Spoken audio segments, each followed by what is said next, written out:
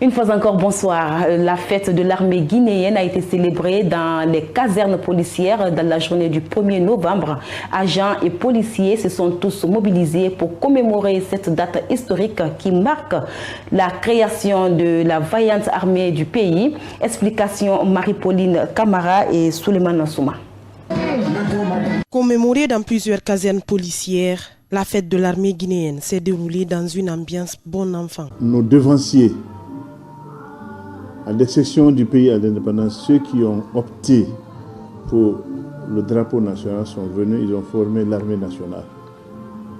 Ils avaient toutes les facilités de rester dans la métropole et travailler sous le drapeau français. Ils ont préféré la patrouille, ils sont venus poser les jalons d'une armée nationale.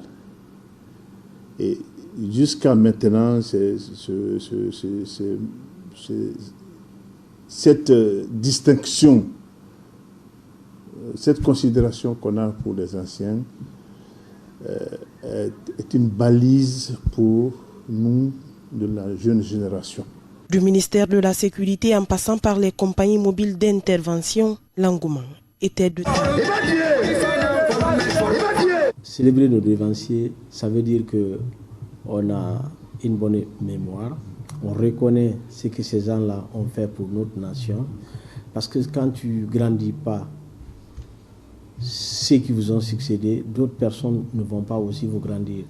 Moi je pense bien aujourd'hui, le général de corps d'armée Mamadi Doumbouya est en train de donner une leçon à toute la nation.